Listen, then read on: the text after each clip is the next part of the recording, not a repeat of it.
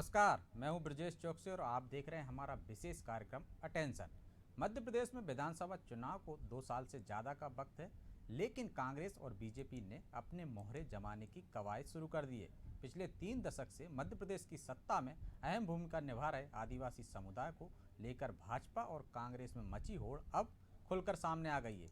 2023 के विधानसभा चुनाव को लक्ष्य कर चल रहे प्रदेश कांग्रेस अध्यक्ष कमलनाथ आदिवासी अधिकार यात्रा के बहाने इस वर्ग में पैंट जमाने की कोशिश कर रहे हैं, तो भारतीय जनता पार्टी ने भी तैयारियां कर रखी हैं। 18 सितंबर को जबलपुर दौरे पर आ रहे हैं केंद्रीय गृह मंत्री अमित शाह। शहीद आदिवासी राजाओं शंकर शाह और रघुनाथ शाह को श्रद्धांजलि देंगे। दोनों राजाओं ने आज़ादी के लिए संघर्ष किया, तो तत्कालीन ब्रिटिश हुकूमत ने उन्हें तोप के मुंह पर बांध कर उड़ा दिया था। दोनों राजाओं का आदिवासी वर्ग में काफ़ी सम्मान है। बीजेपी इसको लेकर अभियान भी शुरू कर रही है। माना जा रहा है कि शाह इसकी शुरुआत करेंगे, बजट चाहे जो भी हो।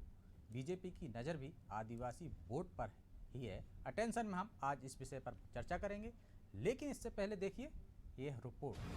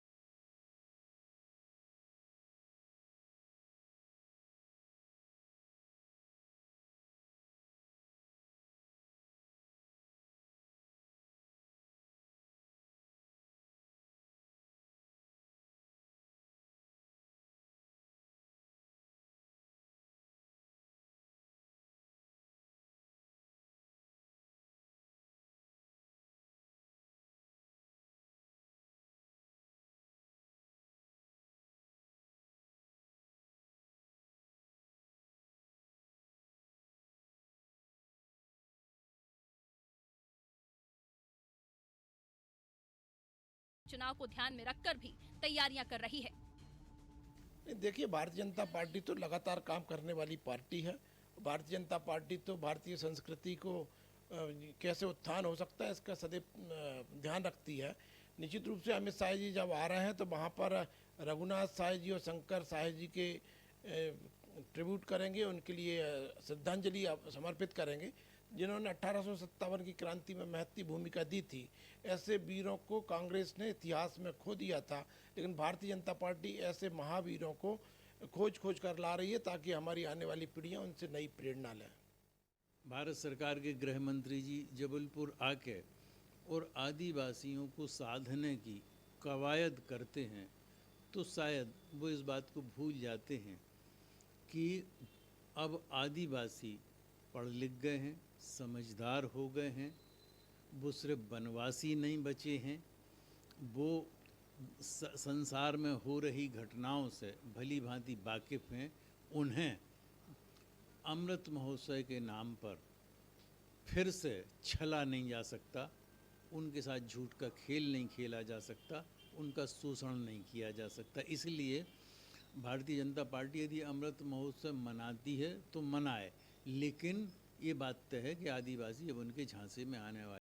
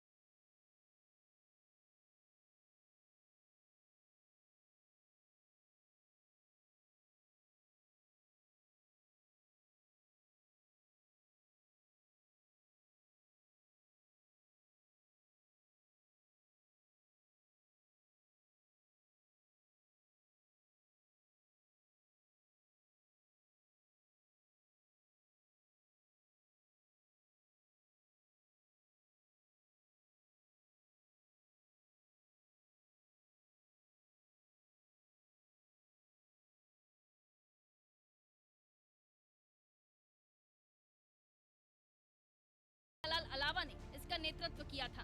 अलावा कांग्रेस पर ये दबाव बनाए हुए हैं कि खंडवा लोकसभा सीट पर उसके युवा कार्यकर्ता को टिकट दिया जाए। ऐसी स्थिति में कांग्रेस में फूट भी पड़ सकती है। ब्यूरो रिपोर्ट, अनादि टीवी।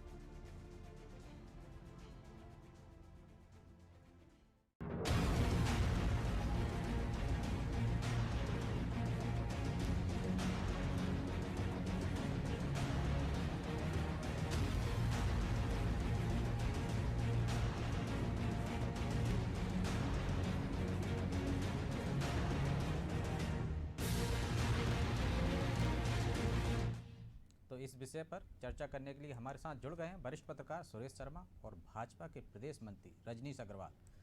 आप दोनों मेहमानों का बहुत बहुत स्वागत है। शर्मा जी, 20% और 27% आरक्षण और 20% आबादी आदिवासियों की, दोनों दल लगे हुए हैं। आपने कांग्रेस को भी सुना, भाजपा को भी सुना। कांग्रेस के प्रदेश उपाध्यक्ष हैं प्रकाश जैन जी, कह रहे थे कि शेर शाकाहारी हो गया है और अत्याचार हो रहे हैं, जांच कमेटी बना रही है कांग्रेस। अब आदिवासी पढ़ा लिखा हो गया है, वो किसी के बहकावे में नहीं आएगा, मतलब छला नहीं जाएगा। तो कौन छल रहा है? 60 साल से तो वो थे, तो क्या लगता है कौन छलने की तैयारी कर रहा है? वो अधिकार यात्रा निकाल कर ये मुझे लगता है प्रकाश जैन साहब ये कह रहे हैं कि उस समय जब अनपढ़ था तो हमने खूब जो है सत्ता का सुख लिया है, अब मैं छलना तो कह नहीं सकता क्योंकि मेरा अधिकार नहीं है। और अब जो है सत्ता में रह करके यदि उनकी कुछ भागीदारी हो रही है तो वो अपराध है। तो ये तो एक स्वाभाविक है, राजनीतिक बयानबाजी है, इसको तो आदिवासी समझता ही है। आदिवासियों को ये जानकारी में निश्चित रूप से होगी कि उसका उत्थान जो है वो कौन से शासनकाल में अधिक हुआ है, योजनाएं कैसी बन रही हैं, क्या हो रहा है। क्योंकि मुझे ब्रजेश जी याद है कि बजट में आदिवासी और अनुसूचित जनजाति और जनजाति दोनों के मध्य में अलग अलग बजट होता है, एक प्रावधान विशेष रूप से रहता है। और मुझे वो घटनाक्रम भी याद है जब छिंदवाड़ा के पाताल कोट का एक मामला था, पटवा जी की सरकार थी उस समय, और ये कांग्रेस ने एक सुगुफा छोड़ा था कि वो बैल मार करके खा गए थे, बैल का जो है वो खा करके उन्होंने अपना जीवन यापन किया। तो बाद में जो है उस पर राजनीति बहुत चली थी। लेकिन ये राजनीति तो ठीक है, ये तो कांग्रेस भाजपा का सब्जेक्ट था, लेकिन जो मीडिया का सब्जेक्ट था वो ये था कि उस गांव को बाहर निकालने के लिए पूर्ववर्ती सरकारों ने 3 बार बजट का लोकेशन किया, बजट बांटा, और वो तीनों ही बार बजट खत्म हो गया और गांव वहीं का वहीं। तो गांव वहीं का वहीं है। अब आप एक दूसरा एंगल देखिए मेरी बात का, कि आदिवासियों के लिए जो बजट होता है, मुझे लगता है कि यदि जब से उस बजट का एलोकेशन हुआ है उसके बाद से यदि पर हेड दिया जाए, उतना रुपया यदि पर हेड दिया जाए तो प्रत्येक आदिवासी व्यक्ति जो है वो करोड़पति हो सकता है। इतना पैसा आया है उनके नाम से, आखिर वो कहाँ गया? ऐसा तो नहीं है कि राजीव गांधी कहा करते थे कि 95 पैसा जो है साइडों में चला जाता है और 15 पैसा ही 85 पैसा, वो 15 पैसे वाला रेशियो तो नहीं हो गया इसमें। तो हमने जो है ये जरूर निश्चित रूप से आज मीडिया का दायित्व है कि वो ये सोचे, वो ये खोजे कि वास्तव में आदिवासियों के लिए क्या हो रहा है। मैं आदिवासियों की जब भी बात करता हूं तो एक बात मैं पहले दिन से कह रहा हूं, आज भी कहूंगा, नहीं कहूंगा तो मैं अपने आप को समझूंगा कि मैंने अपनी बात को अधूरा कहा। जी ये वैश्विक एक प्रकार का आंदोलन है हमारे विरोध में, क्योंकि मैंने ये देखा है। एक बार मैं जयपुर से आ रहा था, एक कार्यक्रम था अपनी यूनियन का, और वहां से जब हम लौट के आ रहे थे तो कुछ लोग हमारे साथ डब्बे में थे, वो लैपटॉप खोल करके काम करने लग गए। हमारा बड़ा इंटरेस्ट जगा कि ये लैपटॉप पर कर क्या रहे हैं। जी तो मालूम चला कि वो मध्य प्रदेश के झाबुआ के क्षेत्र में आने वाले थे, और उन्होंने कहा कि हम लोग ये सर्वे के लिए विदेशी कंपनियों द्वारा नियुक्त हैं कि आदिवासी धर्म के कितने लोग हैं। जी तो बोले हम ये सर्वे करने जा रहे हैं। तो मैंने कहा ये आदिवासी धर्म कहाँ से हो गया, वो तो हिंदू धर्म का तो हिस्सा है। अब तो तो कॉलम ही खत्म हो गया है। वो तो कांग्रेस की हाँ, यूपीए मैं- सरकार ने खत्म कर दिया। नहीं करना धर्म पड़ेगा के ये कॉलम सब जो चीजें, पहले तो क्योंकि था हाँ, आदिवासी वाला खत्म हो गया है। हाँ। अन्य का भी कॉलम खत्म हो गया है। अब तो हिंदू मुस्लिम सिख ईसाई बचे हैं। नहीं, पर आदिवासी को तो धर्म के रूप में माना जा रहा था ना, उनके द्वारा तो प्रोपगंडा किया जा रहा था ना। मैं जी। कहना ये चाहता हूँ, तो उसका परिणाम ये निकला कि आदिवासी अंचलों में जब अब सोनिया गांधी जी की जितनी भी सभा हुई, आप देखिए 90% आदिवासी अंचलों में होती। क्यों होती थी साहब? कुछ चीजें ऐसी हैं जो हम लोगों के लिए सोचने का विषय है, पर आज हमें केंद्रित इस बात को करना चाहिए कि आदिवासियों के विकास के लिए, उनके जनजीवन के उत्थान के लिए कौन सी राजनीतिक पार्टी ज्यादा काम कर रही है। हमें उन्हें ज्यादा, चूंकि आदिवासियों का भला हम लोग चाहने वाले लोग हैं, इसलिए हमें इस बात को केंद्रित करना चाहिए। लेकिन शर्मा जी, अभी आदिवासियों के 19 राज्यों के प्रतिनिधियों ने दिल्ली में प्रदर्शन किया था और उनका कहना था कि पहले जो ट्राइबल शब्द था जनगणना में वो हटा दिया गया है, तो हम अपनी पहचान ही हमारी विलुप्त हो जा रही। कोई उसको हिंदू लिख देता है, कोई उसको ईसाई लिख देता है, तो हमें एक अलग से अन्य का वो दिया जाना चाहिए ताकि हम उसमें भर सकें। अब तो यदि हम शादी के बाद यदि सर्टिफिकेट बनवाने जाते हैं तो हमको या तो हिंदू लिखना पड़ता है या ईसाई लिखना पड़ रहा है, तो हमारी तो पहचान ही खत्म हो रही। नहीं, हिंदू तो उनकी पहचान है ही, खत्म कहाँ हो रही। लेकिन वो दिक्कत मानते ये कहाँ? हो रही है कि वो कन्वर्ट करने के लिए सबसे सॉफ्ट कॉर्नर है, साफ निशाना है, तो वो इसलिए उनके सामने भ्रम की स्थिति पैदा हो रही है। आप उड़ीसा का उस मामले को देखिए कि उड़ीसा में जो है आंदोलन हुआ, बड़ी विवाद हुए, लंबे चौड़ी खबरें आई, जनसत्ता में एक आर्टिकल छपा एक बड़े पत्रकार का। उन्होंने कहा कि वहां तो बजरंग दल और विश्व हिंदू परिषद इतने ताकतवर ही नहीं है कि इस तरह से चर्चों में जाके झगड़ा कर दें। जिन लोगों को आपने कन्वर्ट कर लिया था उनको पूर्व जाति के आधार पर आरक्षण या अन्य सुविधाएं बंद हो गई। इन्होंने वादा किया था कि हम वो सुविधाएं उपलब्ध कराएंगे, लेकिन वो सुविधाएं जब उपलब्ध नहीं करा पाए तो विवाद हो गया। आज देश में यही स्थिति है कि धर्मांतरण के बाद जो है आप अपने मूल स्ट्रक्चर को खत्म कर देते हैं, जहां जा रहे हैं वहां की बातें आपके लिए लागू होती हैं। तो ये डिमांड करने वाला तत्व है, क्योंकि उनको धर्मांतरण में बाधा आ रही, इसलिए जाकर के वो कहते हैं कि हमको आदिवासी लिखवाइए। भाई आदिवासी क्यों लिखवाइए? आज मैं ब्राह्मण हूं तो मैं हिंदू ही लिखूंगा, मैं कोई लिखूंगा कि मेरा ब्राह्मण लिखवाइए, या कोई दूसरी जाति का है तो वो ये कहेगा कि मैं। एक तरफ जब हम जातियों की बात कर रहे हैं तो आदिवासी समुदाय जो है, ब्राह्मण समुदाय जो है, जैन समुदाय जो है, इसलिए सिख समुदाय जो है, तो कांग्रेस ये के उस दौर में ट्राइबल एक शब्द था जो उसमें शामिल था, वो हटता चला गया, इस कारण ये मांग करते हैं। रजनीश जी। नहीं उसके जी कुछ कह रहे हैं शर्मा जी, आप अपनी बात पूरी कर नहीं, लीजिए। वो उसके पीछे का जो मूल कारण है वो केवल कन्वर्जन है, जी। बाकी कोई मामला ही नहीं है। जी रजनीश जी, क्या 20% आबादी जो है आदिवासियों की, उसको देखते हुए आप कार्यक्रम बना रहे हैं, या जो चूक हो गई थी जो पिछले चुनाव में आपका आदिवासी वोट बैंक जो आपके पास आ गया था, कांग्रेस का परंपरागत वोट बैंक था, आपके पास आ गया था, फिर खिसक के उनके पास चला गया, आदिवासी क्षेत्रों को उसको साधने के जतन किए जा रहे हैं? देखिए, मात्र चुनाव का कोई कारण नहीं है। जी। अभी तो कोई उपचुनाव भी जबलपुर के संभाग में नहीं है, और ये केवल कार्यक्रम मध्य प्रदेश में नहीं है। आजादी का अमृत महोत्सव 75 साल पूरे होने पर पूरे देश में इस प्रकार की आयोजन है, और जो तमाम प्रकार के क्रांतिकारी हैं, चाहे वो एससी समुदाय के हों, एसटी के हों, जनरल के हों, ओबीसी के हों, बस एक खानदान की पूजा होती रही स्वतंत्रता के संग्राम के नाम पर। 1857 से लड़ाई शुरू हुई आजादी की, जब कांग्रेस पैदा भी नहीं हुई थी अंग्रेजों की कोख से, तब से लेकर लगातार कई क्रांतिकारी अपना योगदान इस आजादी की लड़ाई में देते रहे। हमारा धर्म है, हमारा कर्तव्य है कि उन सबको याद करें। रघुनाथ साय, शंकर साय ऐसे ही वीर योद्धा थे, क्रांतिकारी थे, जिन्हें तोप मुंह में बांधकर अंग्रेजों ने उड़ाया था। इन्होंने बड़ी लड़ाई लड़ी थी इस क्षेत्र में। उनके साथ में भेदभाव होता रहा, अपमान उपेक्षा का भाव होता रहा। ये हमारा 75वें साल में कर्तव्य है कि आजादी के अमृत महोत्सव में उनको भी हम कृतज्ञ भाव से याद करें।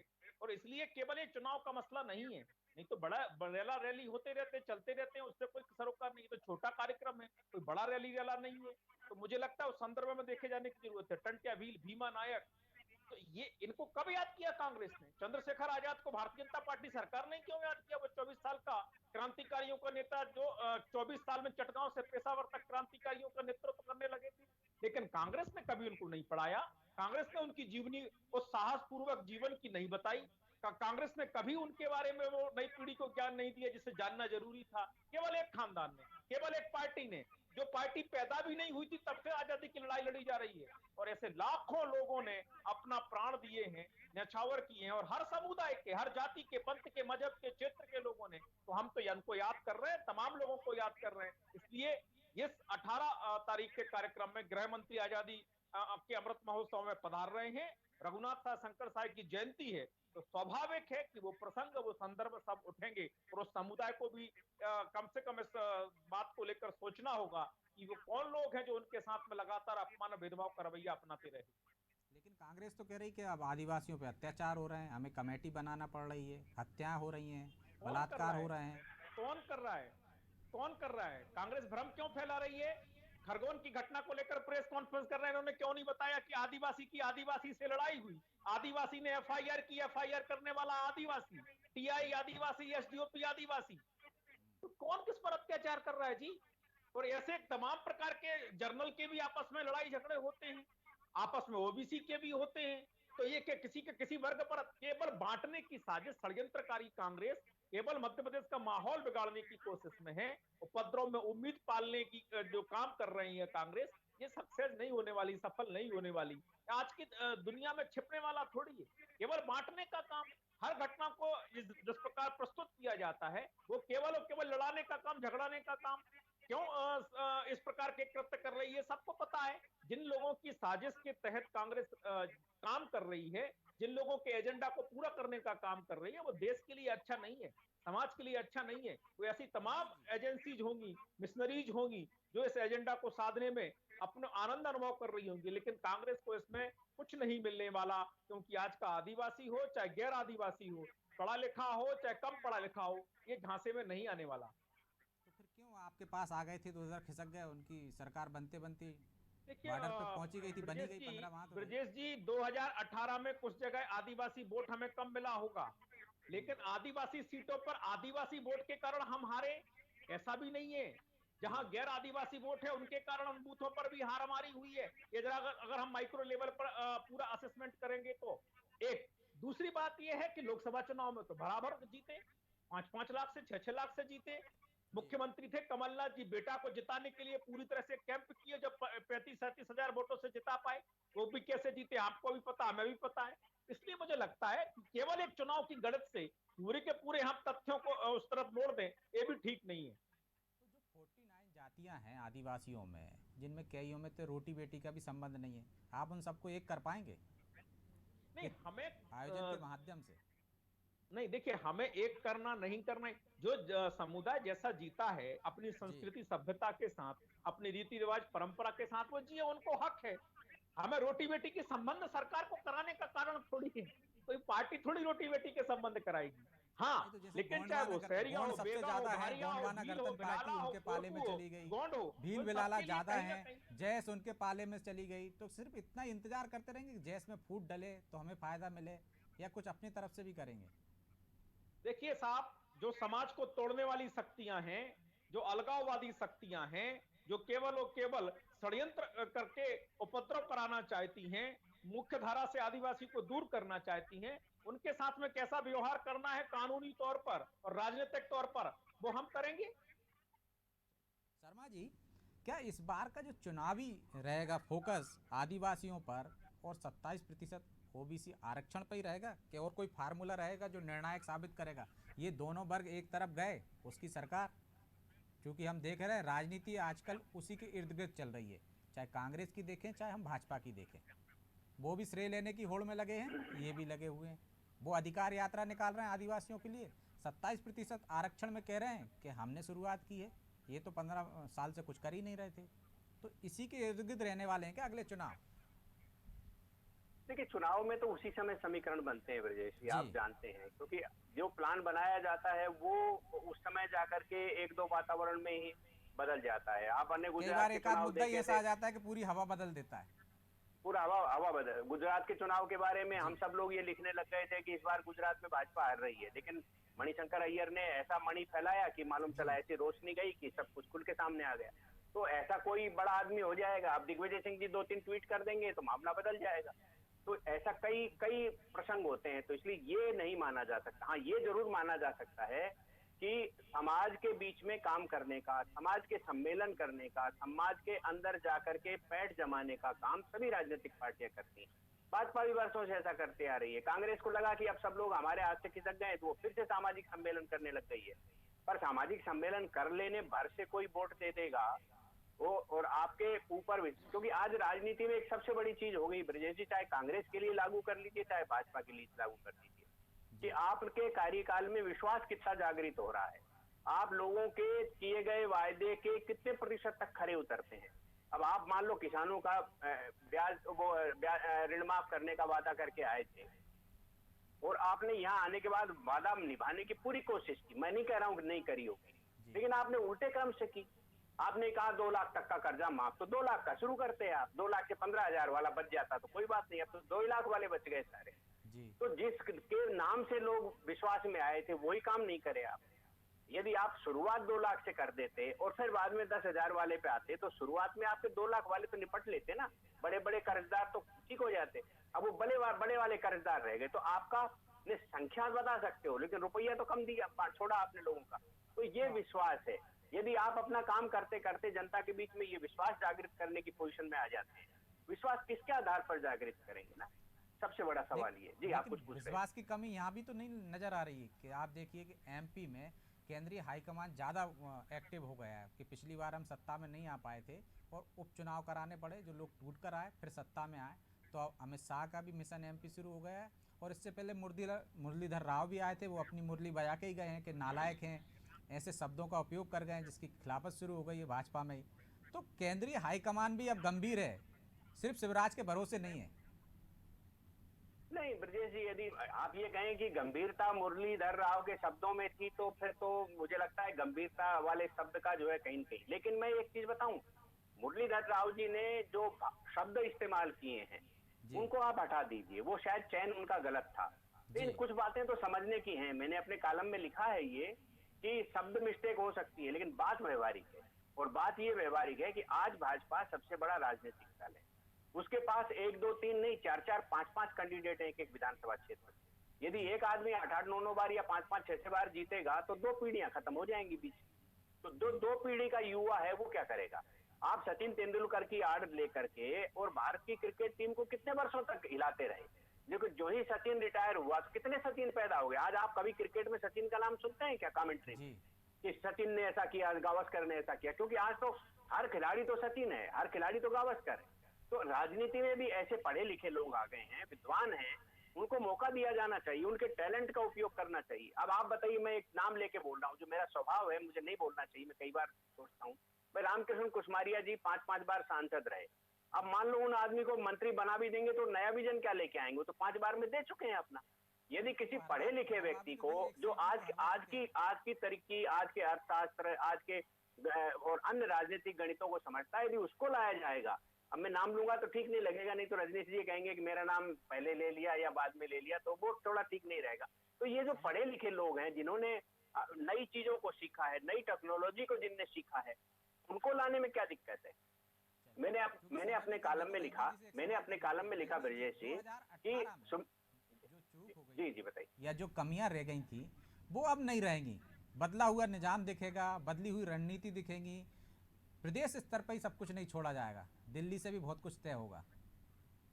नहीं, दिल्ली को तो देखिए कोई जोखिम क्यों उठाएगा, क्योंकि सबको मालूम है कि आपका जो है एक कह सकते हैं ना कि पहले एक जमाने में कांग्रेस का सूरज अस्त नहीं होता था, अंग्रेजों का तो छोड़ दीजिए, पर कांग्रेस का सूरज था कि लेकिन अब कांग्रेस तो नई तैयारी कर रही है, यहाँ पे बाकायदा जिलाध्यक्ष बदल रही है, नहीं, क्या रजनीश जी, ठीक है। सिर्फ चेहरा ही एक मायने रखता है? चेहरा नहीं है कांग्रेस में इसलिए अपन फील गुड में है, या रणनीति बदलाव करेंगे 2018 के बाद से? अब देखिए, चेहरा हमें तय नहीं करना, चेहरा भी उन्हें तय करना है, और वो अपना चेहरा बता चुके हैं कि कमलनाथ जी उनका चेहरा है, कमलनाथ जी कहीं नहीं जा रहे, कमलनाथ जी भी कह चुके हैं मैं मध्य प्रदेश में ही रहूंगा। तो आप और हम क्यों परेशान हैं? कमलनाथ जी कह रहे हैं हम मध्य प्रदेश में ही लड़ेंगे, कांग्रेस कह रही है हमारा चेहरा कमलनाथ जी है, आप कह रहे हैं चेहरा नहीं है, तो हम और आप क्यों परेशान लेकिन हैं? वो एक जो बात। मुद्दे उठा रहे दूसरी हैं बात उनके ये है आप कि रणनीति मुद्दे उठा रहे हैं, उसमें आपको बचाव में आना पड़ रहा है, चाहे आदिवासी वाला नहीं, हो, चाहे नहीं, 27-32 नहीं, आरक्षण वाला हो। ब्रजेश जी का सवाल, रजनीश जी, ब्रजेश जी का सवाल ये नहीं है कि कांग्रेस का चेहरा कौन है। ब्रजेश जी का सवाल ये है कि कांग्रेस का चेहरा तो अपनी जगह है, भाजपा का चेहरा यही रहेगा कि वो चेंज हो रहा है। देखिए, जो आप ब्रजेश जी बात कह तो रहे यार, थे, उस चलिए, बात में हाँ, बहुत विजय- समय नहीं सहमत देता, हूं इसका कि जवाब भी अगर रजनीश जी नहीं दे कांग्रेस पाएंगे। गुमराह रजनीश करने जी, की आपका भी कोशिश शुक्रिया। करेगी। नहीं, शर्मा आज जी, आपका भी गुजरात शुक्रिया के चर्चा में मुख्यमंत्री ने जो शामिल होने त्यागपत्र के लिए, दिया। क्योंकि समय अब इजाजत नहीं देता, इसलिए इस चर्चा को हम आगे नहीं बढ़ा सकते। आदिवासी किस पर भरोसा करेंगे, ये तो आदिवासियों को तय करना है कि 60 साल जिनने राज किया है वो अधिकार यात्रा निकाल रहे हैं, तो उन्हें अधिकार यात्रा निकालने की जरूरत क्यों पड़ी? या 15 साल सरकार में रहने वालों पर भरोसा करें या 60 साल वालों पे भरोसा करें, ये तो आदिवासियों को ही तय करना है, और वो अगले चुनाव में शायद तय कर लेंगे। ये उन्हीं पर छोड़ दिया जाना चाहिए। अटेंशन में आज इतना ही, मुझे दीजिए इजाज़त, और आप देखते रहिए अनाजी टीवी। नमस्कार।